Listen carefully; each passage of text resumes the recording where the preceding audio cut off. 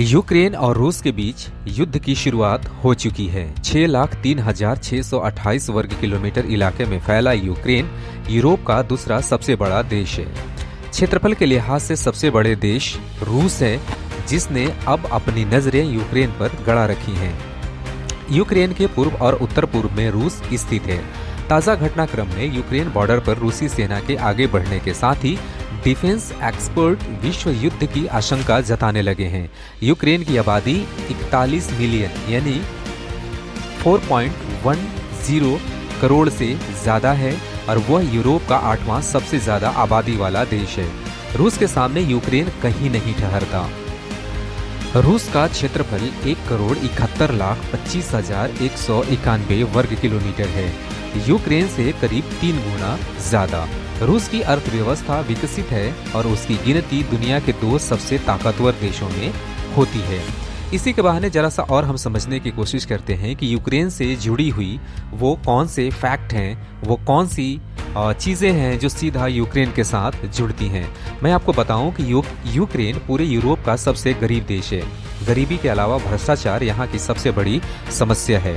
Ukraine की ranking विकासशील देश की है। मानव विकास सूचकांक में यूक्रेन 74वें स्थान पर है। यहाँ की ज़मीन काफ़ी उपजाऊ है, जिसके चलते यूक्रेन दुनिया के सबसे बड़े अनाज सप्लायर्स में शामिल है। जीडीपी के आधार पर यूक्रेन की अर्थव्यवस्था दुनिया में 55वीं सबसे बड़ी है। पीपीपी के आधार पर 40वां नंबर। यूक्रेन के पास संयुक्त राष्ट्र काउंसिल ऑफ यूरोप जैसी प्रमुख संस्थाओं की सदस्यता है। यूक्रेन नेचुरल गैस और पेट्रोलियम का उत्पादन और प्रोसेसिंग खुद करता है, मगर अपनी ज़्यादातर ऊर्जा ज़रूरतों के लिए रूस पर निर्भर है।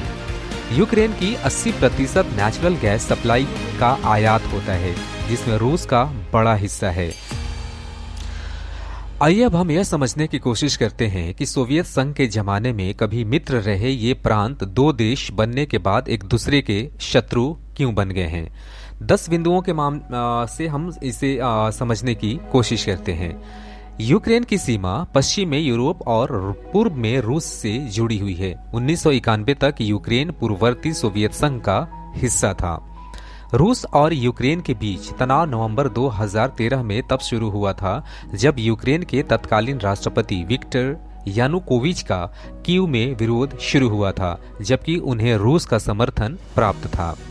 यानुकोविच को अमेरिका ब्रिटेन समर्थित प्रदर्शनकारियों के विरोध के कारण फरवरी 2014 में देश छोड़कर भागना पड़ा था। इससे खफा होकर रूस ने दक्षिणी यूक्रेन के क्रीमिया पर कब्जा कर लिया था। इसके बाद वहां के अलगाववादियों को समर्थन दिया। इन अलगाववादियों ने पूर्वी यूक्रेन के एक बड़े हिस्से पर कब्जा कर लिया था। 2014 के बाद से रूस समर्थक अलगाववादियों और यूक्रेन की सेना के बीच डोनबास प्रांत में संघर्ष चल रहा था। इससे पहले जब 1991 में यूक्रेन सोवियत संघ से अलग हुआ था, तब भी कई बार क्रीमिया को लेकर दोनों देशों के बीच टकराव हो चुका था। 2014 के बाद रूस और यूक्रेन में लगातार तनाव और टकराव को रोकने एवं शांति कायम करने के लिए पश्चिमी देशों ने पहल की।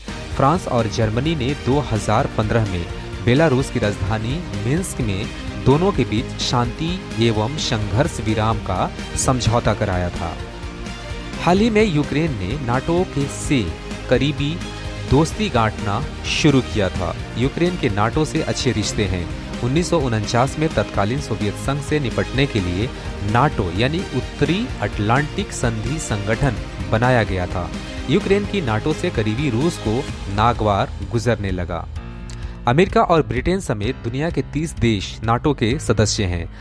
यदि कोई देश किसी तीसरे देश पर हमला करता है तो नाटो के सभी सदस्य देश एकजुट होकर उसका मुकाबला करते हैं। रूस चाहता है कि नाटो अपना विस्तार ना करे। राष्ट्रपति पुतिन इसी मांग को लेकर यूक्रेन एवं पश्चिमी देशों पर दबाव लगातार डाल रहे थे। आखिरकार रूस ने अमेरिका एवं अन्य देशों की पाबंदियों की परवाह किए बिना गुरुवार को यानी 24 फरवरी को यूक्रेन पर हमला बोल दिया। अब तक तो नाटो, अमेरिका एवं किसी अन्य देश ने यूक्रेन के समर्थन में जंग में कूदने का ऐलान नहीं किया है। वे यूक्रेन की परोक्ष मदद कर रहे हैं। ऐसे में कहना मुश्किल है कि यह जंग क्या मोड़ लेगी।